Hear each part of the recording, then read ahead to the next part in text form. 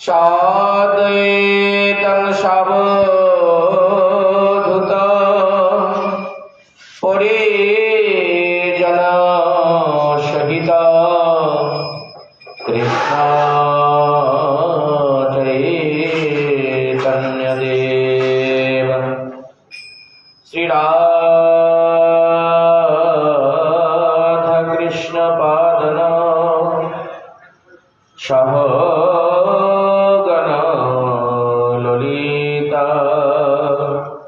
শ্রী বিশাখান্বিতং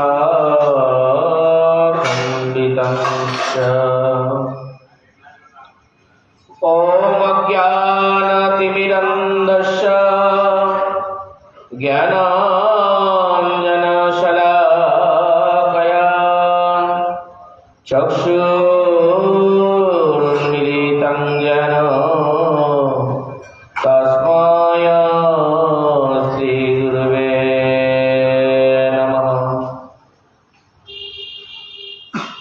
नमो विष्णुपदाय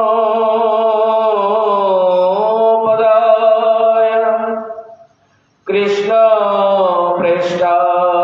भूतले श्रीमते भक्ति सिद्धांत सरस्वती नामिने वंशकल्पतरुर्भश्च कृपा सिन्धुभैव च पतितानं पावनेभ्यो वैष्णवेभ्यो नमो नमः। श्रीकृष्ण चैतन्य प्रभु नित्यानंद श्री अद्वैत गदाधर शिवासदि गौर भक्तवृंद। हे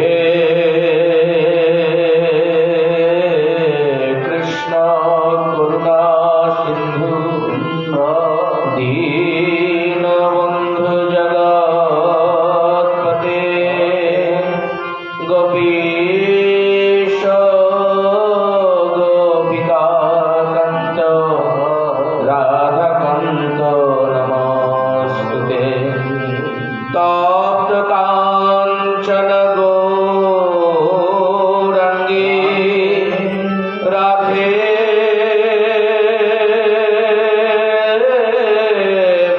वृंदावनेश्वरी विश्वभानुसुते देवी प्रणमामि हरे प्रिये। वृंदावै तुलसी देवै प्रियावै केशव सच विष्णु भक्ति पदे देवी सत्यवतै नमो नमः। नारायणं नमस्कृत्य नरश्चैव नरोत्तमं देवीं सरस्वती व्यासं ततो जयमुदीरये। हरे कृष्ण कृष्ण कृष्ण हरे हरे हरे राम राम राम हरे हरे। हरे कृष्ण कृष्ण कृष्ण हरे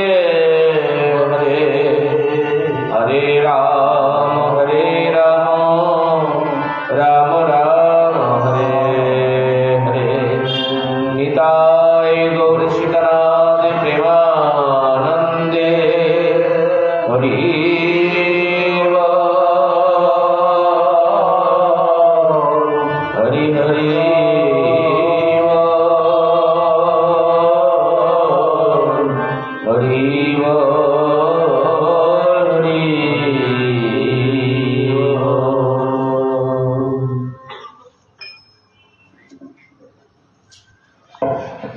হরে কৃষ্ণ। কৃপা কর হে গুরু, ধরি তব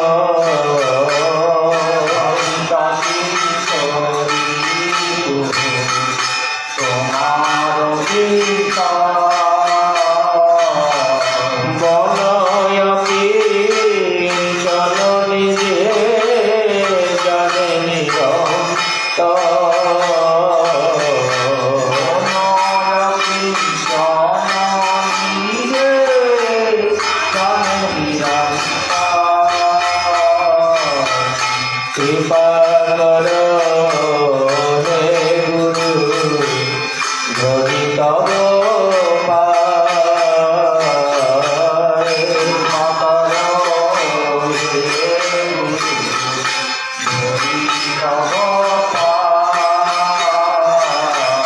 তব কৃপা বিনা মোর দিন বিধায় যায়।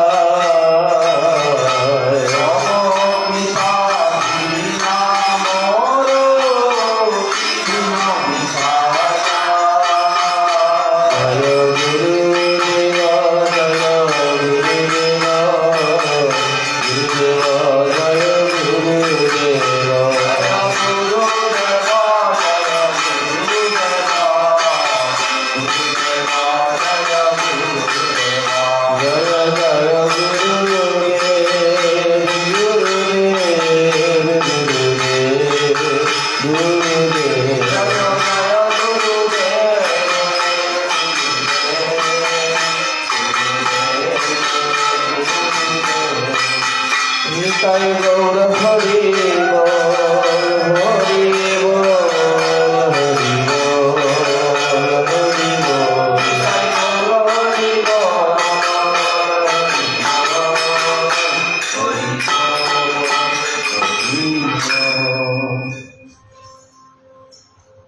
ঠাকুর বৈষ্ণব গণ করিয়ে নিবেদন ঠাকুর বৈষ্ণব করিয়ে নিবেদন মোর অধমদুরা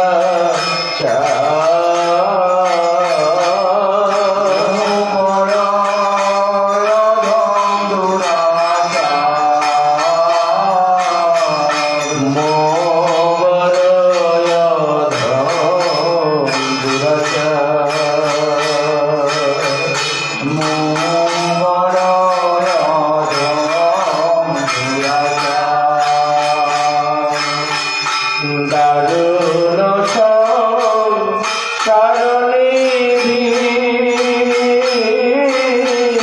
কাহের বাইল বিধি দারুণ সংসারনিধি কাহের বাইল বিধি দারুণ শরণিধি তাহের বাইল বিধি দারুণ শরণিধি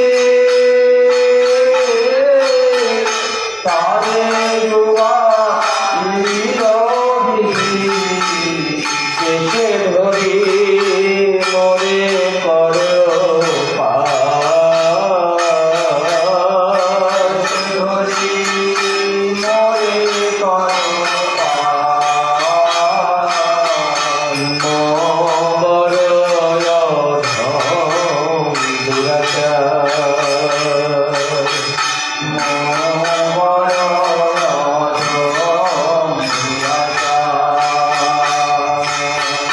বিধি বর বলবা না শুনে ধরম জ্ঞান বিধি বর বলবা না শুনে ধরম জ্ঞান সদাই করম পাশে বাঁধে সদাই করম পাশে বাঁধে সদাই করম পাশে বাঁধে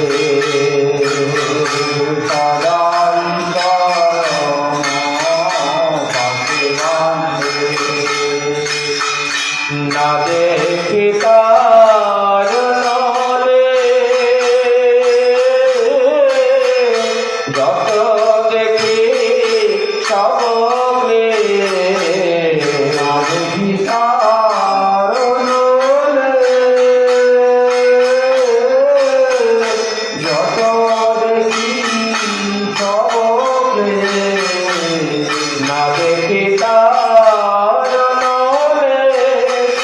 যত দেখি সকলে না দেখি কারণে, যত দেখি সকলে অনাথ কাতরে কান্দে, অনাথ কাতরে কান্দে, সদাই গরম পাশে বাঁধে, সদাই গরম পাশে বাঁধে। কাম ক্রোধ লোভ মোহ মদ লোভী মানসহ, কাম ক্রোধ লোভ মোহ মদ লোভী মানসহ, আপন আপন স্থানে কানে,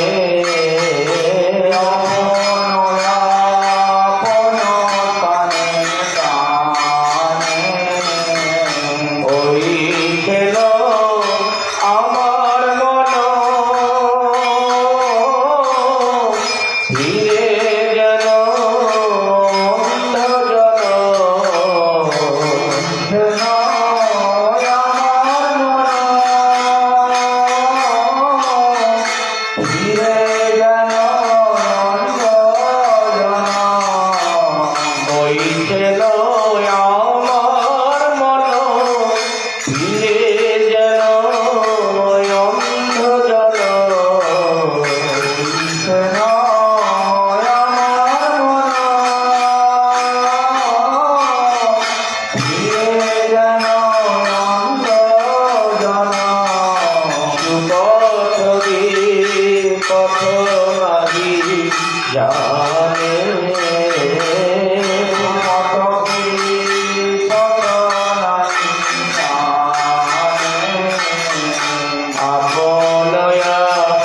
আপন স্থানে কানে, আপন আপন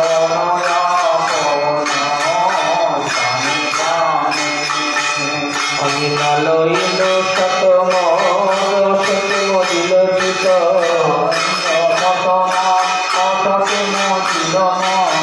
নাহিল শত মত জটিল সেয়, নালইল শত মত জটিল কি, নালইল শত নরোত্তম দাসে কয় না শুনিয়া লাগে ভয়, আরে নরোত্তম দাসে কয় দেখে শুনি লাগে ভয়, নরোত্তম দাসে কয় দেখে শুনি লাগে ভয়, তারাইয়া লহ নিজ তারাইয়া লহ নিজ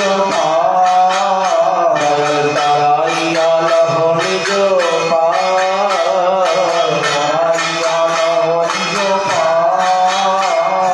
বৈষ্ণব ঠাকুর দয়াল বৈষ্ণব ঠাকুর, দয়াল বৈষ্ণব ঠাকুর, দয়াল বৈষ্ণব ঠাকুর, বৈষ্ণব ঠাকুর, দয়াল বৈষ্ণব ঠাকুর,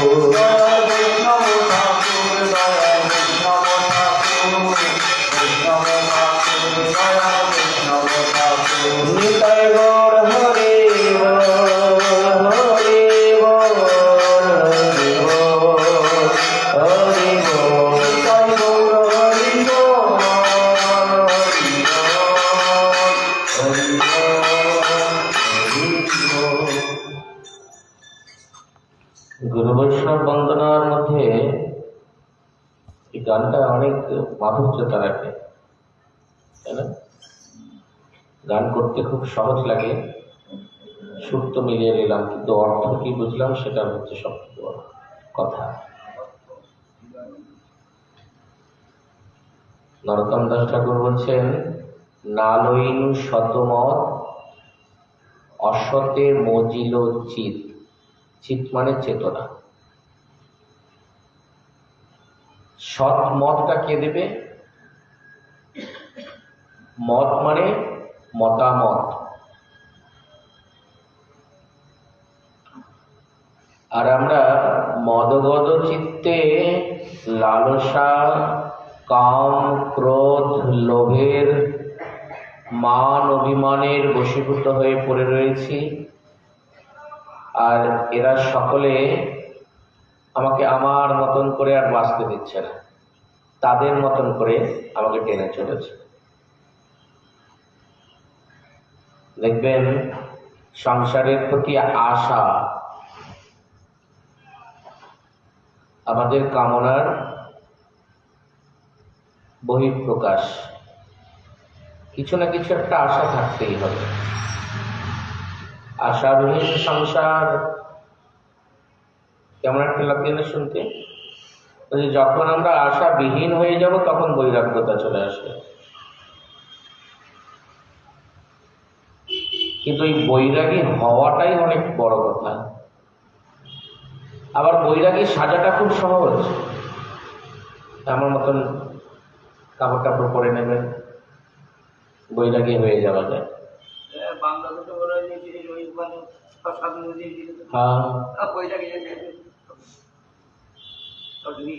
বৈরাগী সাজা যায়, কিন্তু বৈরাগত্ব পালন করা খুব সহজ নয়। সবকিছু ছেড়ে, আপনি সবকিছু ছেড়ে, বাড়ি ছেড়ে, গাড়ি ছেড়ে, নিজের মায়া মোহ মমতা ছেড়ে কতদিন বাঁচবেন, কতদিন থাকবেন? কয়েকদিন মাত্র। যেই মোহ এমন পাগল করে দেবে, কাপড় কাচার পর নিংড়াতে দেখেছেন কেমন ভাবে? দুদিকে দুই হাত দিয়ে এরকম ভাবে নিংড়ে দেয়। নিংড়ে দিলে কি হয়? অবশিষ্ট জল যতটুকুনি থাকে ততটুকুনি পড়ে যায়। ওই কাম, ক্রোধ, মদ, লোভ, অভিমান আদি আমাকে এমন করে নিংড়াতে থাকে যে বৈরাগ্যতার যতটুকুনি ছিল সব পড়ে যায়। অবশিষ্ট আর কিছু এই কাপড়টার মধ্যে থাকে না।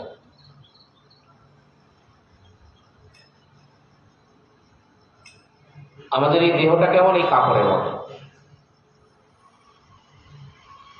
পঞ্চতত্ত্ব, পঞ্চমহাভূত, ক্ষিতি, অপ, তেজ, মরুদ, ব্রহ্ম, ইন্দ্র, চন্দ্র, সূর্য দ্বারা অষ্টবসু, দ্বাদশ আদিত্য, একাদশ রুদ্র, দুজন অশ্বিনী কুমার মিলে আমার এই দেহকে গঠন করেছে। এই চাদরটা গঠন হয়েছে। চাদরটার যে কাপড়, যে সুতো, যে তুলোর থেকে সুতো এলো, সুতোর থেকে কাপড় হলো, মেশিনের মধ্যে পড়ার পরে কাপড় তৈরি হলো, তাই তো? এবং সেই কাপড়টা কি রঙের হবে সেটাও পর্যন্ত কিন্তু নির্দিষ্ট করে দেওয়া হবে। এই কাপড়টা যখন তৈরি হচ্ছে তখন মাতৃগর্ভ মেশিনে আছে। কাপড়টা তৈরি হয়ে গেল, বাজারে চলে আসলো, মানে মাতৃগর্ভ থেকে পতিত হয়ে আমরা সংসারের মধ্যে বিচরণ করছি। যখন এই কাপড়টার মধ্যে রং চাপানো হবে, এই আপনারা দেখুন এক একটা কাপড় পরেছেন, শল দিয়েছেন গায়ে, আমি একটা কাপড় দিয়েছি, দেখুন এগুলো একটা রং লাগানো আছে। এই রংটা কিসের? রংটা হচ্ছে গুরুদেবের রং। গুরুদেব অতি আগ্রহতার সাথে আমাকে রঙে রঙিন করে দিয়েছে। এখন দেখবেন এই রংটা কিছুদিন কাচাকুচি করার পর কাপড়টা কি হয়ে যায়? রংটা একটু ফ্যাকাশে হয়ে যায়, ফেড হয়ে যায়। কেন? কারণ আমি এই রঙের মাধুর্যতা কোন সার্পে দিলে রংটা ভালো থাকবে আর কোন সার্পে দিলে রংটা ভালো থাকবে না বুঝে উঠতে পারি নাই। তাই যখন যা পেরেছি তেমন ভাবে করেছি। এই ঠিক মান, অভিমান, মদ, লোভ, মোহ ইত্যাদি সব এক একটা সার্পের ডিটারজেন্ট। আপনি যত এর মধ্যে নিজের কাপড়টা, নিজের চরিত্রটাকে ঘষতে থাকবেন, তত কিন্তু আপনাকে এই ফেরি হতে হবে। এই রং তখন আর মনের মধ্যে থাকবে না। কিসের রং? না গুরুদেব যে কৃষ্ণ রঙে রাঙিয়ে দিয়েছিল সেই কৃষ্ণের রংটা কিন্তু থাকবে না। কৃষ্ণ তো বলছেন ভাগবতে, গীতাতেও বলছেন, যে মানে আর যে না মানে দুজনেই আমার দাস। যে মানে আর যে না মানে, দুজনেই আমার দাস, দুজনকেই আমি ভালোবাসি, দুজনেই আমার সন্তান। আর যে না মানে সে নিজের কর্মে নিজেই হয় না, তখন কিন্তু ভগবানকে দোষ দিলে হয় না। তাই নিজের কর্মশুদ্ধ, কিভাবে কর্ম করব, কিভাবে কি করতে হবে, এই মতামত প্রকাশের জন্য নালইনু শতমত অসতে মদিল চিত, তুয়া পায়ে না করিনু আস। কার পায়ে? তুয়া পায়ে। তুয়া মানে বৈষ্ণব, গুরু বৈষ্ণবের কথা বলা হচ্ছে যে ভগবান আমি তোমার চরণে সেই আশা নিয়ে আমি তোমার কাছে আসিনি। মানুষ ভগবান বা গুরুদেবের কাছে দীক্ষা নিতে কেন আসে জানেন? একটা কারণ বলুন আমাকে, কেন দীক্ষা নিতে আসে? হ্যাঁ বলো।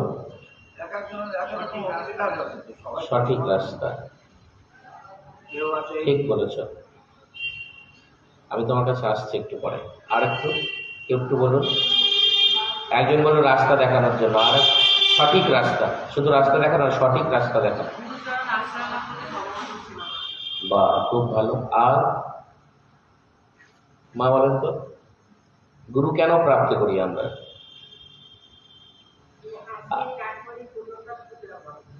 এই তো এতক্ষণ ভাবে ঠিক কথা বলেছে, একদম বাস্তবিক কথা বলেছে।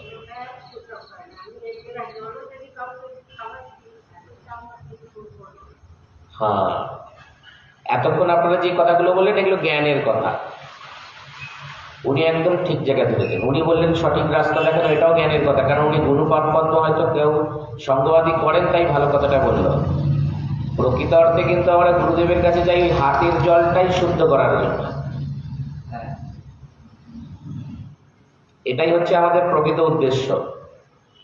গুরু কি জিনিস, গুরু কি বস্তু, ভগবান কি বস্তু, ওটা তো জানা অনেক দূরের কথা। আগে বাবা হাতের জলটাকে শুদ্ধ হোক, তারপরে দেখা যাবে। কারণ শাশুড়ি তো আমার হাতে জল খায় না, যদি খাওয়াতে হয় তাহলে দীক্ষা নিতে হবে। কানের মধ্যে মন্ত্রটা গুরুদেব জোর করে ঢুকাই দিল, মানে আমার দীক্ষা হয়ে গেল, এবার আমার হাতের জল শুদ্ধ হয়ে গেল। এবং হাতের যা তুলবো সেটা যদি ড্রেনের জলও হয়, সঙ্গে সঙ্গে গঙ্গায় পরিণত হয়ে যাবে, তাই তো?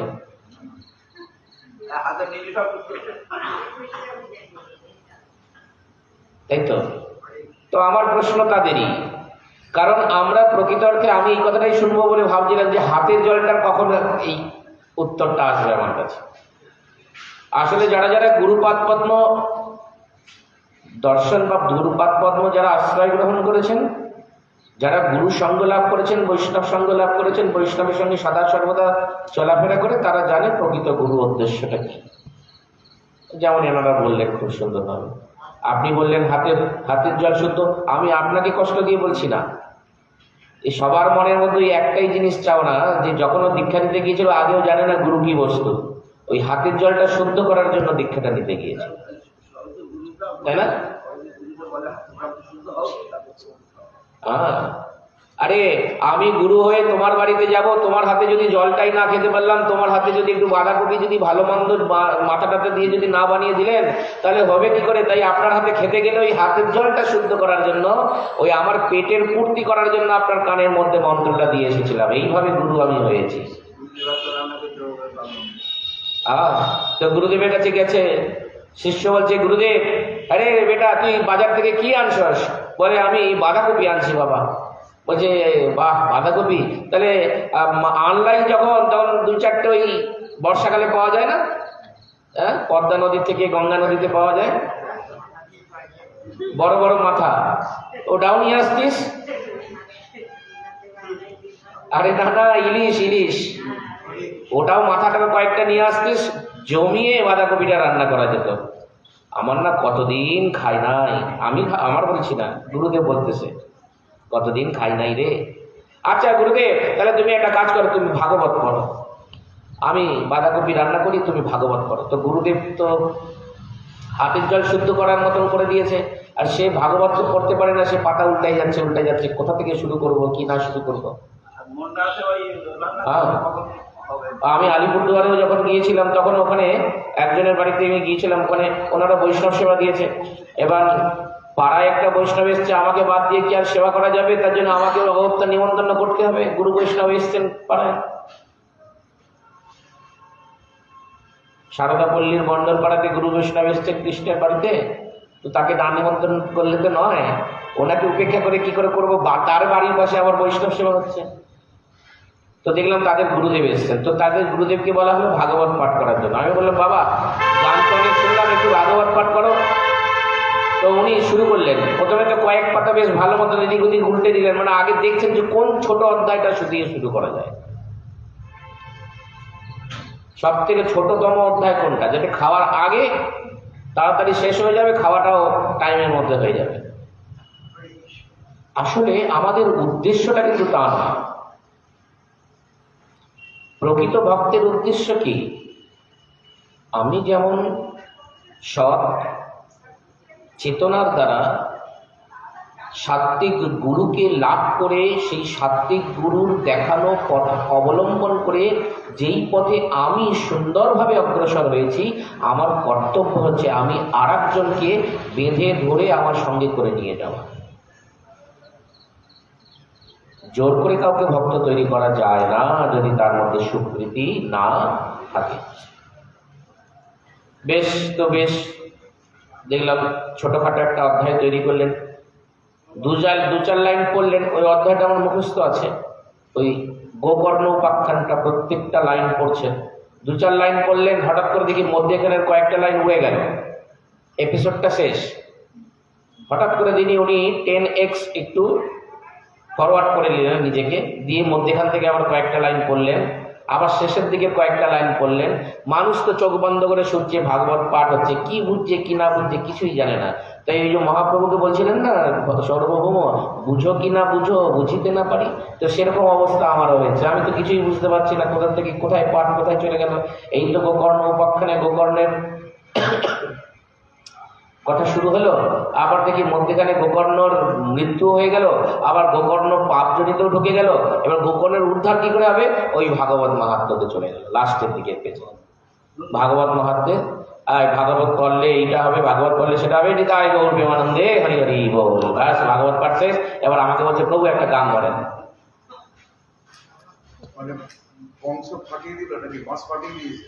ও একেবারেই সব ফাটিয়ে দিয়েছে। তো ও একদিনেই 15-20 মিনিটের মধ্যে পুরো ভাগবত দর্শন আমাদের সামনে তুলে ধরে দিলেন। আমি অপমান করছি না সেই ব্যক্তিকে, তিনি যেহেতু ভাগবত 2-4 লাইন পড়েছে তো তাতেই তার স্বীকৃতি হবে, এটাই নয়। কিন্তু আমি ওই যে মানুষগুলো আমার চারপাশে ছিল তাকে আমি কি শিক্ষা দিলাম? ওই হাত ধোয়ারই শিক্ষা দিয়েছি। বলেছি, হাত শোধন হয়ে গেছে তোর, তুই ড্রেন থেকে জল তুলে দিলেও সেটা গঙ্গায় পরিণত হয়ে, আমি এমনিই খেয়ে নেবো, কোনো গন্ধ হবে না। এই হচ্ছে আমাদের পরিস্থিতি। বাজারে আপনারা যখন টমেটো কেনেন, টিপে টাপে ভালো মতন ঘুরিয়ে ঘাড়িয়ে দেখে নেন। কেন বলেন তো? কেন? পরখ করে নেন যে জিনিসটা টাকা দিয়ে আমি কিনবো, আমার জন্য সঠিক হলো কিনা। গুরু প্রাপ্তি করতে গেলেও কিন্তু আগে নিজেকে বাজিয়ে দেখতে হবে, গুরুদেবকেও বাজিয়ে দেখতে হবে। আপনারা যখন মৃদঙ্গ কিনতে যান, নিত্যানন্দ প্রভুকে যখন কিনতে যান, তখন কি করেন? নিত্যানন্দ প্রভুকে নমস্কার করে কাঁধে চাপিয়ে তুলে নিয়ে টাকা পয়সা দিয়ে চলে আসেন? তা তো করেন না। 2-4 জায়গায় বাজিয়ে বাজিয়ে দেখেন নিত্যানন্দ ঠিক তাল দিচ্ছে কিনা। যদি তাল না দেওয়া থাকে তাহলে বলেন যে এই ভালো করে এই জায়গাটাকে টেনে দাও, এই জায়গার টানটা একটু কম আছে, চামড়াটা ভালো তো, খোলটা ভালো তো। কত পরখ করে আপনারা নিয়ে আসেন। সেরকম নিত্যানন্দকে যখন পরখ করে নিজের হৃদয়ে কোলের মধ্যে আশ্রয় দিচ্ছেন তাল দেওয়ার জন্য, নিজের মনটাকেও তাল দেওয়ার জন্য গুরুকে পরখ করা উচিত যে কোন গুরু আমার জন্য সত্য, বা কোন গুরু আমার সদ্গুরু হতে পারে। এর জন্য কি করতে হবে না, ওই বৈষ্ণব সঙ্গ লাভ করতে হবে। বৈষ্ণব সঙ্গেতে মন আনন্দিত অনুক্ষণ, সদা হয় কৃষ্ণ পরসঙ্গ। বৈষ্ণব সঙ্গ করতে করতে করতে করতে তখন সৎ, সঠিক এবং বেঠিক বস্তুগুলো আমার কাছে পরিষ্কার হবে। তারপরে দীক্ষা। আমরা দীক্ষা নেওয়ার জন্য অনেক দৌড়াদৌড়ি করি, খুব তাড়াহুড়ো করি, কিন্তু মনে রাখবেন ফাইনাল রেজাল্ট বের করতে গেলেও কিন্তু 365 দিন সময় লাগে। আপনি ফাইনাল এক্সাম দিতে গেলেও আজকে ভর্তি হলেন, কালকে আপনার ফাইনাল রেজাল্ট বা ফাইনাল এক্সাম হবে তা কিন্তু নয়। তার জন্য আপনাকে পুরো একটা বছর 12টা মাস স্কুলে ক্লাস করতে হবে, টিচারের মার খেতে হবে, কান ধরে উদ্বস করতে হবে, মুরগি হয়েও থাকতে হবে, আবার বাহবাও পেতে হবে ওই একটি বছর।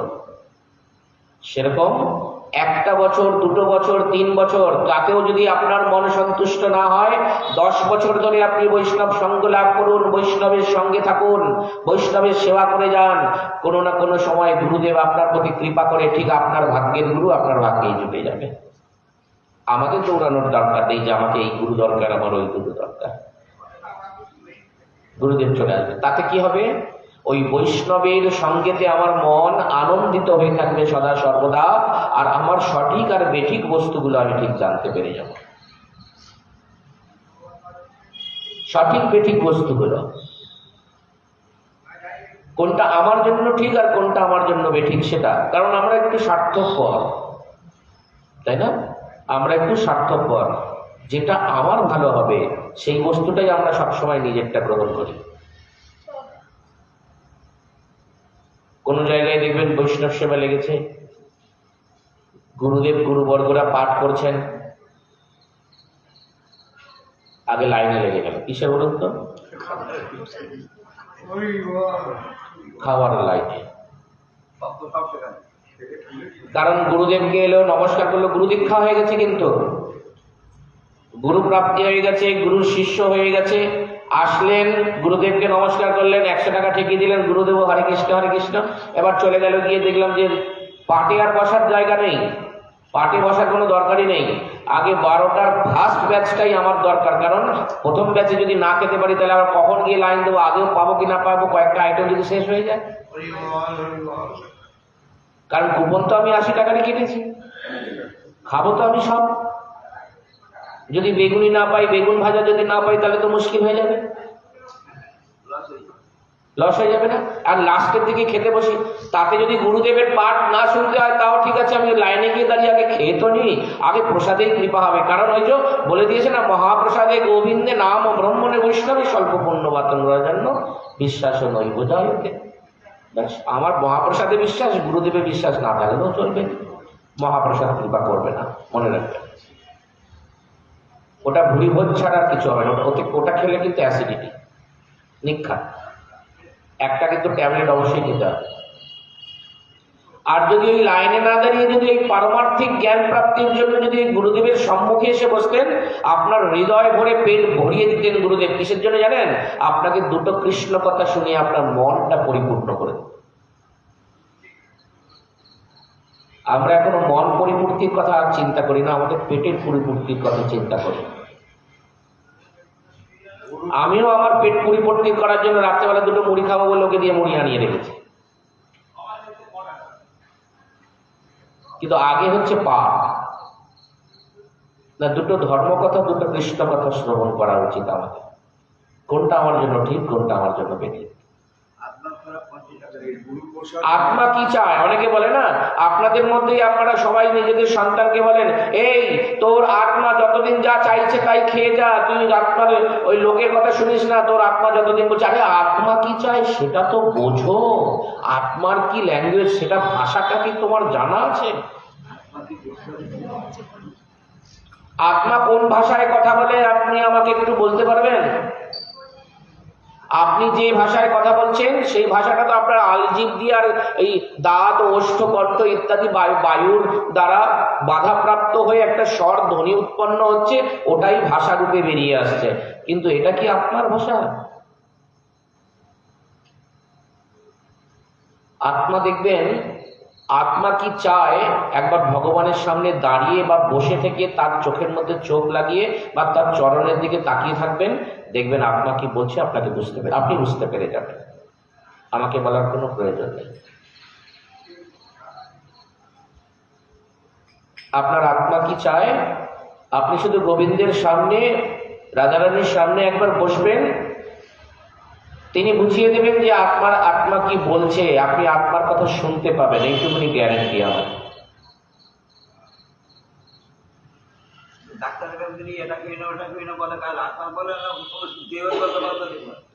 দেখবেন যাদের খুব জ্বর হয় ডাক্তারের কাছে গেলে কি থাকে, জ্বরের টেম্পারেচার থাকে, তখন থাকে থাকে না।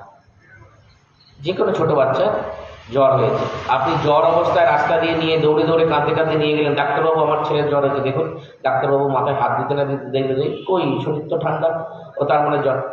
ডাক্তারের কাছে আসলে শরীর অনেকটা সুস্থ হয়ে যায়।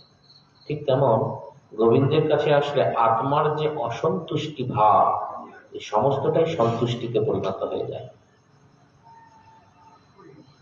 অর্জুন বিষাদগ্রস্ত হয়ে রয়েছে, তার আপনজনকে সামনে দেখে তার গান্ডীব স্খলিত হয়ে পড়ে গেল। তিনি ধপাস করে রথের পেছনে বসে পড়লেন আর ভগবানকে বললেন, হে কেশব, আমার হাত চলছে না, আমার পা চলছে না, আমি বুঝতে পারছি না, আমি নির্বোধের মতন তাকিয়ে আছি, আমার চোখে অশ্রু বিগলিত হয়ে রয়েছে। হে কেশব, হে মাধব, আমি কি করব? আমাকে কিছু বুদ্ধি দাও। ভগবান কি অর্জুনের কাছে দেখে, অর্জুনের এই অবস্থা দেখে কাঁদলেন? না, এক গাল হাসি দিয়ে বললেন, তুমি নপুংসকের মতন কথা বলে না। খুব জোরে একটা চাটি মারলেন, হেসে মারলেন, আর হাসলেন ওই কথাটা শুনে। এখনো দেখুন ভগবান তাকিয়ে রয়েছে, আপনার দিকে হেসেই যাচ্ছে। তার হাসি, মুচকি হাসি, ওই হাসিটার দিকে তাকালেই আপনার মন কি হয়ে যাবে? সমস্ত পিপাসার, সমস্ত তৃষ্ণার নিবৃত্তি ঘটে যাবে। যে যা তার মনের মধ্যে থাকা সমস্ত আশা, তার বেদনা, তার কষ্ট নিয়ে যদি এসে ভগবানের সামনে দাঁড়ায়, আমি আপনাকে গ্যারান্টি দিয়ে বলছি, ভগবানের চোখের মধ্যে চোখ মেলিয়ে 5টা মিনিট দাঁড়িয়ে থাকুন, আপনাকে বেশি দাঁড়িয়ে থাকতে হবে না, ঘন্টার পর ঘন্টা দাঁড়িয়ে ধ্যান করতে হবে না, কোনো মন্ত্র পড়তে হবে না, কোনো কৃষ্ণ নাম করতে হবে না, শুধু বিগ্রহের সামনে এসে দাঁড়ান, দেখবেন আপনাকে 5 মিনিটের মধ্যে ভগবান কি করেছে? আপনাকে ম্যাজিকের মধ্যে, সমস্ত ম্যাজিকের মতন সব কথা বলিয়ে দিয়েছে। ভুলে যাবেন। কখন মনে পড়বে? যখন আপনি মন্দির থেকে বেরিয়ে ওই বাইরে গিয়ে দাঁড়াবেন, তখন জাগতিক জ্ঞানগুলো আসবে। ওই জাগতিক জ্ঞান যখন আসবে, তখনই দেখবেন আপনার সংসারের কথা মনে পড়েছে। আমি যতক্ষণ পাঠ শুরু করেছিলাম আর যতক্ষণ এই যে সময় আমি পাঠ করছি, এর মধ্যে আপনাদের বাড়ির কথা কজনের চিন্তা হয়েছে? এসছে? আসেনি, মাথাতেই ঢোকেনি। কেন? প্রভু আপনি বলছেন, আমরা মন দিয়ে শুনছিলাম, একটু শুনছিলাম, ওই কি জানি কখন মনটা লেগে গেল, বসে পড়লাম, হয়ে গেল। এটাই হচ্ছে কৃষ্ণের ভক্তি। আত্মা এটাই চায়, তাই আপনি বসে আছেন। যদি আত্মা এটা না চাইতো, আপনি এখানে বসে থাকার মতন পরিস্থিতি আপনার হতোই না। পাছার মধ্যে এই বিষ্ণু চিমটি কাটতো, দৌড়াইতেন, এখন খাবার জ্বালায়, এদিক দৌড়াইতেছি, ওদিক দৌড়াইতেছি, কিন্তু কাজ কিছু হইতেছে না, খালি দৌড়াইতেছি। খেয়ে চলেছি, খিদের জ্বালায় খাচ্ছি, আবার খাওয়ার পরেও জ্বালা আছে। কিসের জ্বালা? গ্যাসের জ্বালা, অ্যাসিডিটির জ্বালা। জ্বালা কারণ যায় না, কিন্তু এই জ্বালা কোথায় এসে মেটে? একটু ভগবানের যদি দুটো কথা শ্রবণ করতে পারা যায়, তাহলে এই জ্বালার নিবৃত্তি ঘটে। তাই সাধুগুরু বৈষ্ণবের সঙ্গ করা উচিত। তখন কি হবে? এই মন, বুদ্ধি, অহংকার, এই সমস্ত কিছু আপনার বশীভূত হয়ে যাবে। এরা একটা খুব দুষ্ট ঘোড়া। কাম, ক্রোধ, মদ, লোভ, মোহ, মাৎসর্যতা ইত্যাদি সব দুষ্টু ঘোড়া। এরা কি করে? আপনাকেই এসে লাথি মারা শুরু করে, গর্ধবের ন্যায় লাথি খেতে হয়। এক গো ধরে বসে আছে, নিরামিষ খাবো না তো খাবোই না, তুই আমাকে খাওয়াতেই পারবি না, আরে আমার গলা দিয়েই ঢোকে না। কত চিন্তা।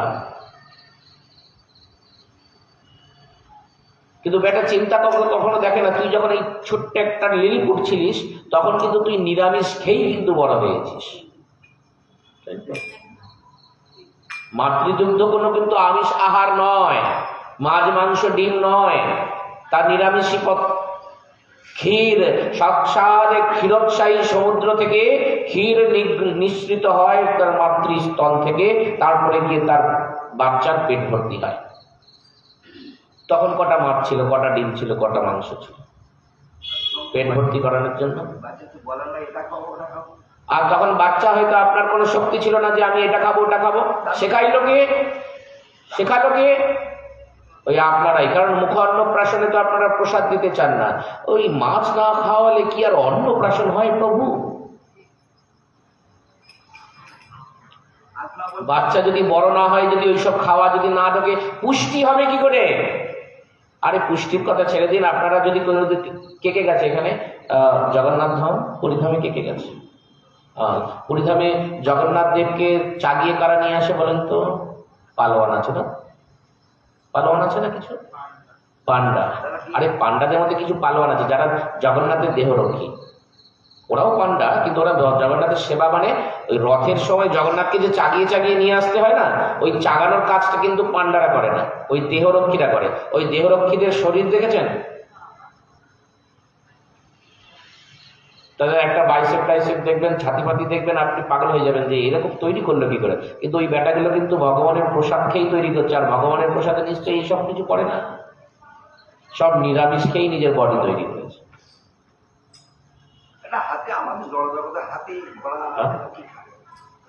অশ্বত্থামা 8 ফুট 9 ফুট লম্বা ছিল। তার শরীরের তাকত কোথা থেকে আসলো? সে গুরুপুত্র ছিল, কোনোদিনও আমিষ আহার করেনি, নিরামিষ খেয়েই বড় হয়েছে, ব্রাহ্মণ কুলে। আর আমি ছেড়েই দিলাম। আপনারা বর্তমান ওই আপনি অত পুরাণের কথা ছেড়ে দিলাম, আমি বর্তমান সমাজে আসি। আপনারা ভাগবতকে দেখেছেন? আপনারা নেট চালান তো, সবাই নেট সাবমিট করে। আমি তো নেটে এখন পাঠ দিচ্ছি, সবাই নেট সাবমিট করে। আপনারা দেখেছেন ভাগবত? ছোট্ট একটা বাচ্চা চলে আছে ইস্কনের, যেটা গিরিরাজের তার বাড়ি। তাহলে ওর তো শিরদাঁড়া তো একদম কিচ্ছু নেই। শিরদাঁড়া বলতে তো কিছুই নেই, শরীর স্বাস্থ্য তো একদম খারাপ, রং তো একদম নষ্ট হয়ে গেছে ওদের গায়ের রং। কেন? নিরামিষ খায় তো। আপনাদের মত অনুসারে বলছি, আমার কথা নয় এটা। যারা এই কথাটা বলে যে মাছ মাংস ডিম না খেলে, পেঁয়াজ রসুন না খেলে নাকি শরীর স্বাস্থ্য বলবান হওয়া যায় না, তাদের জন্য এই কথাটা বলছি। তাহলে ওই ছোট্ট ভাগবতকে দেখে আপনাদের শেখা উচিত যে দেখুন কত সুন্দর ভাগবত প্রচার করছে, কত সুন্দর গীতা শ্লোক বলছে, কণ্ঠস্থ ঠোঁটস্থ হয়ে রয়েছে। আর সেই ছেলেটা কিন্তু নিরামিষ খেয়ে ভগবানের কথা প্রচার করে চলেছে। কি করে সম্ভব? আপনার ছেলেকে আপনারা শুধু একটাই কথা জানেন, পড়াশোনার সময় হলে, ছেলে পেটানোর হলে পাশের বাড়ির ছেলের সাথে সঙ্গে সঙ্গে আপনার তুলনা চলে আসে। কিন্তু পাশের বাড়ির ছেলেটা যদি সাত্বিক খাবার খেয়ে যদি দুটো ধর্মতন্ত্র পড়ে বা দুটো বিদ্যার শ্লোক পড়ে, আপনি একটুও রাজি নয় সেই ছেলেটার মতো তৈরি করতে, একদম রাজি নয় আপনি। কিন্তু যখনই আপনার ছেলে রেজাল্টের টাইম হয়, তখনই পেটাতে আগে বলে, দেখ তোর পাশের বাড়ির ওই পল্টুর ছেলেটার কি অবস্থা হয়েছে, দেখ ফার্স্ট হয়েছে, যা তুই বেটা কিচ্ছু না মানতে পারি।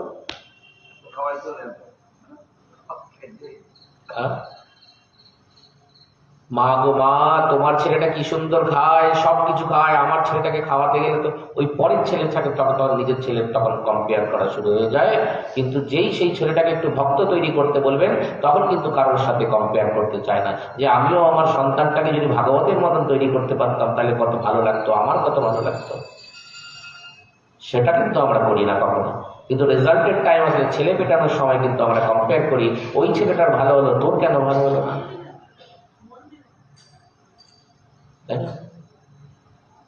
অর্থাৎ আমরা সকলেই মূর্খ, আমরা আদেও কিছু জানি না কোনটা করা উচিত আর কোনটা করা উচিত নয়। তাহলে কে ঠিক করে দেবে এই সৎ এবং অসৎ চিত্ত? কে সঠিকভাবে চালিত করবে? কে ঠিক করে দেবে কোনটা সৎ কোনটা অসৎ? এই বৈষ্ণব।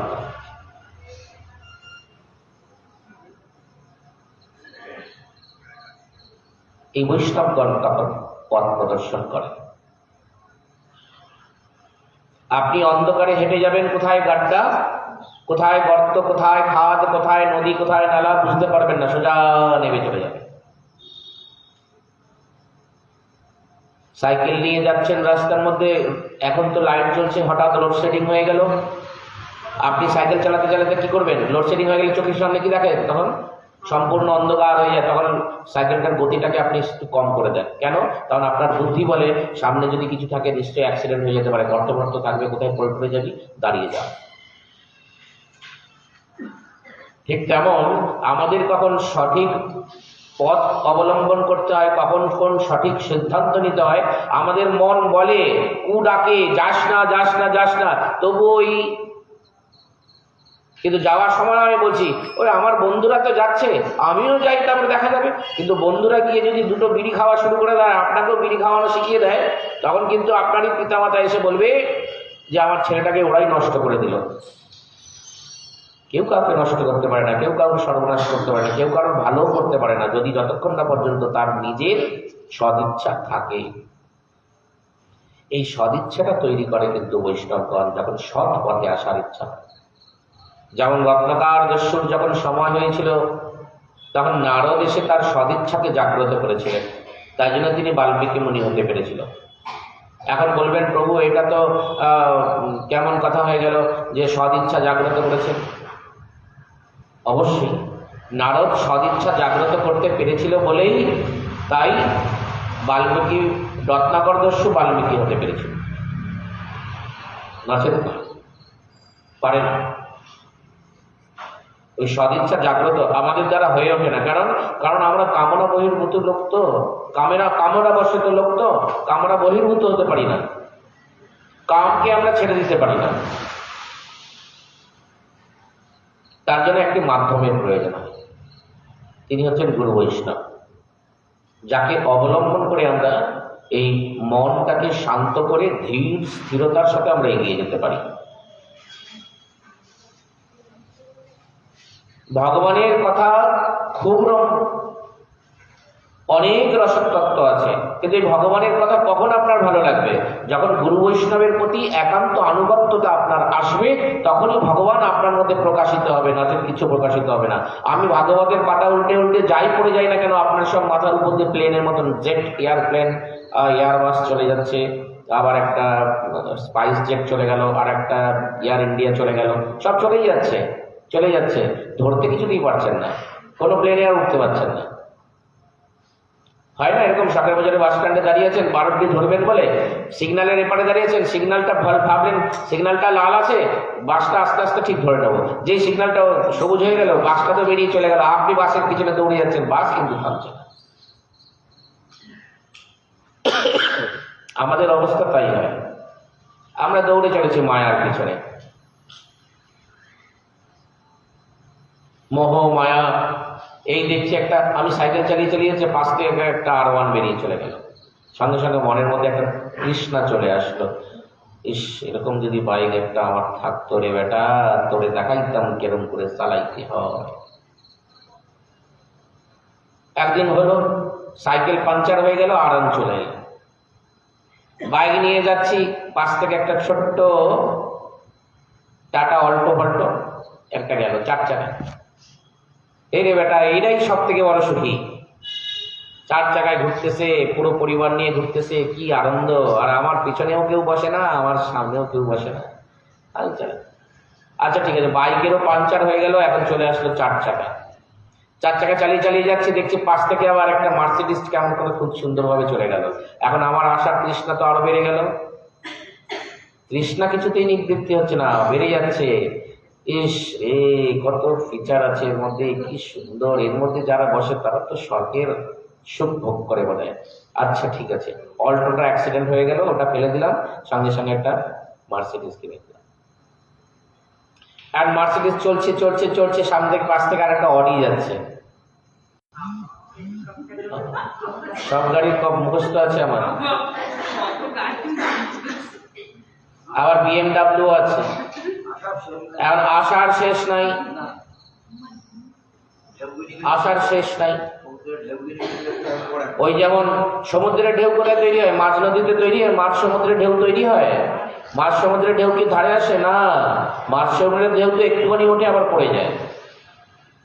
যখন আপনি মাঝ সমুদ্রে চলে যাবেন, মাঝ সমুদ্রে যখন আপনি তরায়িত হতে থাকবেন, সাঁতার কাটবেন, দেখবেন আপনাকে ঢেউ কাবু করতে পারবে না। কিন্তু যেই আপনি পাশে আসবেন, পাড়ে আসবেন, তখন কামনা বাসনার ঢেউ আপনাকে বারবার আঘাত করতে থাকবে,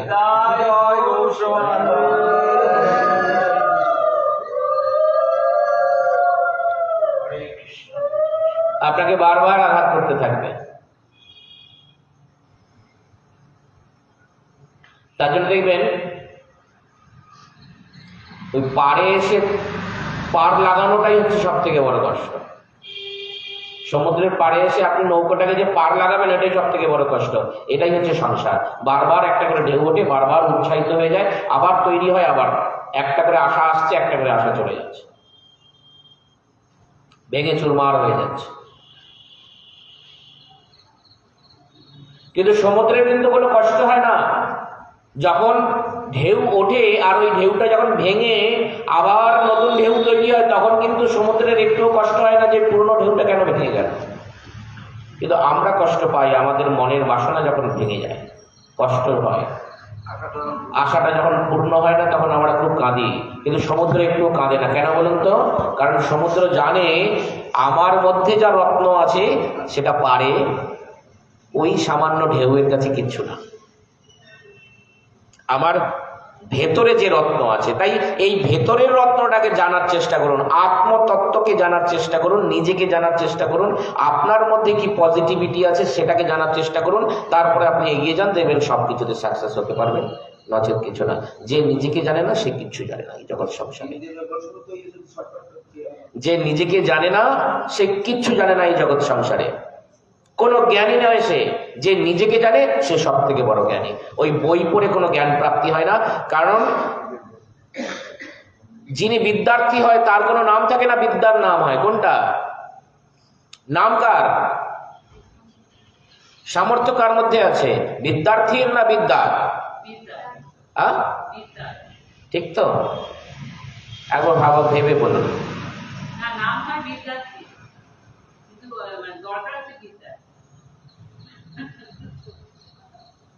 ঠিক করে ভেবে বলুন, শক্তি কার মধ্যে আছে? বিদ্যার মধ্যে না বিদ্যার্থীর মধ্যে শক্তি আছে? বিদ্যার শক্তি সব থেকে বড়। বিদ্যা যাকে মনে করে আমি যাকে বলবান তৈরি করব তাকে 4 চাঁদ লাগিয়ে দেয়। আবার যা ওই 4 চাঁদ লেগে যাবার তার মাথার থেকে যখন বিদ্যা বেরিয়ে চলে আসে, তখন কিন্তু সে ভস্য হয়ে যায়, তার আর কিচ্ছু থাকে না, সব শেষ। গুরু ঠিক তেমন, যার প্রতি, যে ভক্তের প্রতি, যে শিষ্যের প্রতি গুরুদেব একবার কৃপা করে দেবে, সে জ্ঞানী হয়ে যাবে। সে যতই বড় মূর্খ হোক না কেন, ভাগবতের শ্লোক এমন ভাবে বলবে যেন আপনি মনে করবেন যে একটা পিএইচডি করা ছেলে বার গড় করে সংস্কৃতের শ্লোক পড়ে যাচ্ছে। ওটা গুরুদেবের কৃপা। একটা মূর্খ ছেলে কোনোদিন স্কুল যায়নি, সে গুরুদেবের শুধু পা টিপে গেছে, আর কিচ্ছু করেনি। মা চিন্তা করুন, আর কিচ্ছু করেনি। গুরুদেব রাত্রে শয়ন করতেন, তার চরণটাকে শুধু টিপে দিতেন। গুরুদেব যখন তার দেহ পরিত্যাগ করছেন, তখন সেই ছেলেটার হাতে চরণ টিপে দিচ্ছে। তখন গুরুদেব ভাবলো, আমি তো চলে যাচ্ছি, সবাই তো কিছু না কিছু চেয়েছে, তুই কি চাস? গুরুদেব, তুমি যেও না, কারণ তুমি চলে গেলে এই চরণটা টিপতে পারবো না, এই সেবাটা আমার হবে না। সমস্ত শিষ্যদের ডাকলেন গুরুদেব, এসো, তোমরা চাও, কি চাও বলো। যে বলেছিলেন না রামকৃষ্ণদেব, আমি কল্পতরু বৃক্ষ, তোরা আয়, চেনে যা চাইতে পারিস।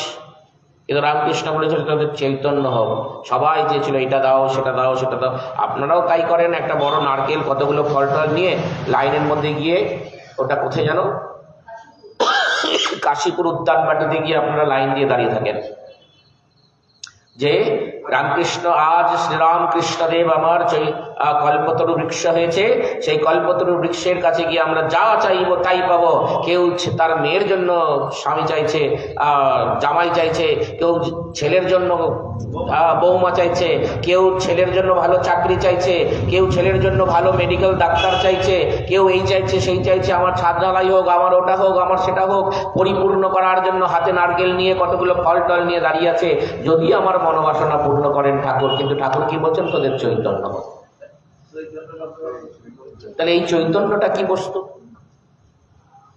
এই চৈতন্য যখন উদয় হবে, তখন মন শান্ত হবে, কামনা বাসনার পরিতৃপ্তির দেখে আর জাগবে না, আর সমস্ত বন্ধন থেকে বৈরাগ্যতা লাভ করবে। আর যখন বৈরাগ্যতা লাভ করবে, সমস্ত সংসারটাকেই সে মায়ের স্বরূপ দর্শন করবে, নিজের হয়ে যাবে পুরো সংসারটা। যখন আমি জানি এই পৃথিবীটা আমার, তাহলে আমি আবার ছাদ ঢালাই করতে যাবার কিসের জন্য? পৃথিবীর মালিক তো আমি। কেন? আরে স্বয়ং ভগবান এই পৃথিবীকে তৈরি করেছে, আর আমি ভগবানের সন্তান, আমি ভগবানের সত্তা। তাহলে এই পৃথিবীর উপরে কি আমার কোনো অধিকার নেই? আছে তো। তো সমস্ত বস্তু তো সেই ছেলেটারও হয়ে গেল। এই হচ্ছে চেতনার ভাব। চৈতন্যতা। এই বৈরাগ্যতার ভাব যতক্ষণ না জাগ্রত হবে, মনের মধ্যে বৈরাগ্যতা রাখুন। কে কি বলল, কে কবে তোমায় কি কথা বলিবে, সে কথা শুনিলে তোমার কি হবে? বিপদে সম্পদে যে তোমায় রক্ষিবে তার কথা কেন ভাবো না? মহাপ্রভু বলছেন। ভোগে দুঃখ পাওয়া যায় আর ত্যাগে শান্তি পাওয়া যায়। মনে রাখবেন, যে আপনাকে ভালোবাসে তাকে ত্যাগ করতে শিখুন। এ বলে দিলে আপনারা তো মেনে নেবেন না, সবাই হ্যাঁ হয়ে গেল। কি ব্যাপার, আমি তো আমার স্বামীকে এত ভালোবাসি, তাহলে আমি আমার স্বামীকে ত্যাগ করে দেবো? ত্যাগ মানে তার কাছ থেকে যে পাওয়ার ভালোবাসাটার প্রতি আশা বা কামনাটাকে ত্যাগ করতে শিখুন। যত আপনি ত্যাগ করতে শিখবেন তার মধ্যে খুশি আর কেউ হতে পারবে না। কেন? কারণ আমরা জানি যে একে অপরকে যে ভালোবাসে, যে একে অপরকে ভালোবাসে, সে যেই হয়ে যাক না, বন্ধু বান্ধব যাই হয়ে যাক না কেন, বন্ধু বান্ধবী যেই হয়ে যাক না কেন, যে প্রকৃত অর্থে ভালোবাসতে জানে সে ভালোবাসার সুখটাকেই নিজের সুখ বলে মনে করে। আমি এই বইটিকে খুব ভালোবাসি, তাহলে এই বইটার যাতে সুখ হবে সেটাই আমার সুখ। তাহলে ইনি যদি কৃষ্ণ হয় আর এই বস্তু যদি রাধা হয়, তাহলে রাধার ভাবটা এবার বুঝতে পারছেন? আপনারা তো রাধা কৃষ্ণের কথা শুনতে এসেছেন, তো রাধার ভাবটা বুঝতে পারছেন? তো কৃষ্ণ যদি ভালোবাসা হয় তাহলে রাধার ভালোবাসা কি না? কৃষ্ণের সুখই হচ্ছে রাধার ভালোবাসা।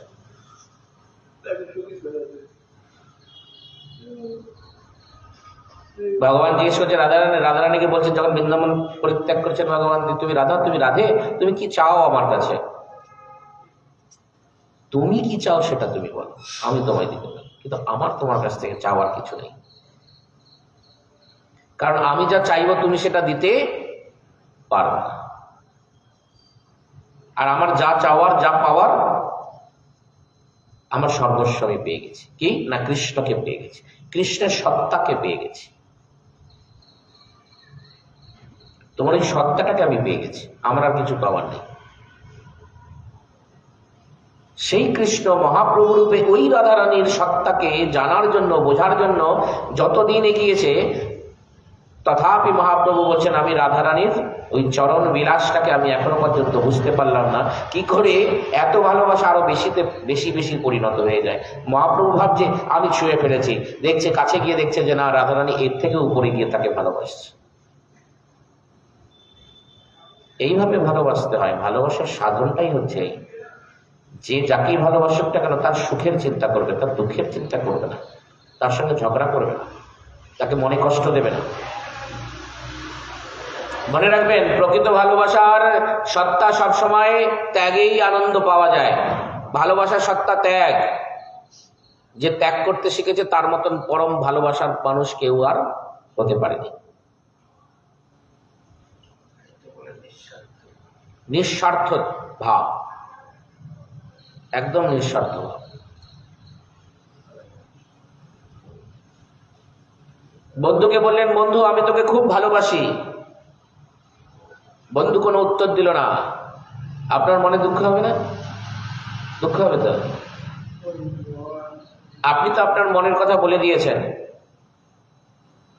আর বন্ধুর মন, আমি তো বন্ধুকে ভালোবাসি যতক্ষণ না আমি বন্ধুর মন, অর্থাৎ ভালোবাসাটাকে কাউকে মুখে বলে প্রকাশ করলে সেই ভালোবাসা ভালোবাসা নয়। মনে রাখবেন, ভালোবাসা এমন ভাবে ভালোবাসতে শিখুন, কপালের দিকে তাকালেই এইখানটা ভালোবাসা শব্দটা চলে আসবে যে আমি তোমাকেই ভালোবাসি। এটাই রাধাকৃষ্ণের প্রেম। কৃষ্ণ যখন আয়নার মধ্যে নিজের মুখ দেখতেন তখন রাধারানীকেই দেখতে পেতেন, আর রাধারানী যখন আয়নার মধ্যে নিজের শৃঙ্গার করতেন তখন কৃষ্ণকেই দেখতে পেতেন, নিজের মুখ আর দেখতে পেতেন না। এই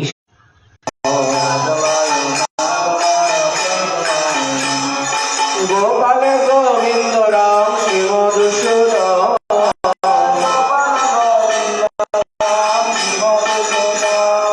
গিরিধারী গোপীনাথ মদন